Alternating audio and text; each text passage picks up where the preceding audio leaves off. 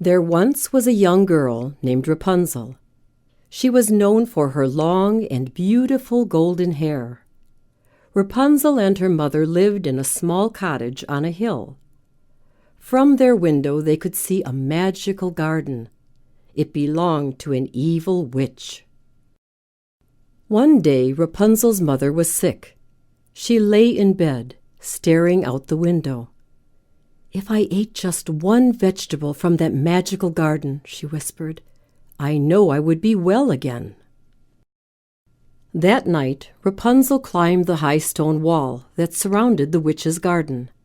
She filled her basket with vegetables and quickly ran back home. The next morning Rapunzel made a thick soup with the vegetables. She gave it to her mother. "This soup is so good," her mother said. "I feel so much better." Rapunzel was overjoyed. Suddenly the front door burst open. "I know you stole vegetables from my garden, girl," yelled the ugly old witch. She grabbed Rapunzel by the arm and dragged her from the cottage. The witch locked Rapunzel in a high tower with no door and no stairs.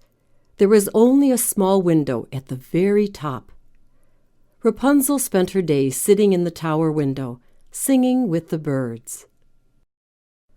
One day a brave knight followed the sound of Rapunzel's singing. When he saw her, he instantly fell in love. The knight hid when the witch approached. He watched as she called out, "Rapunzel, let down your hair."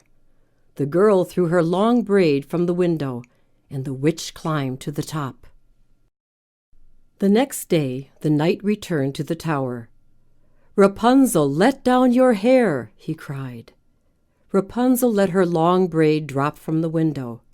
The knight quickly climbed up. Kneeling before Rapunzel, the knight said, "Beautiful maiden, I am here to rescue you." "But how are we to escape?"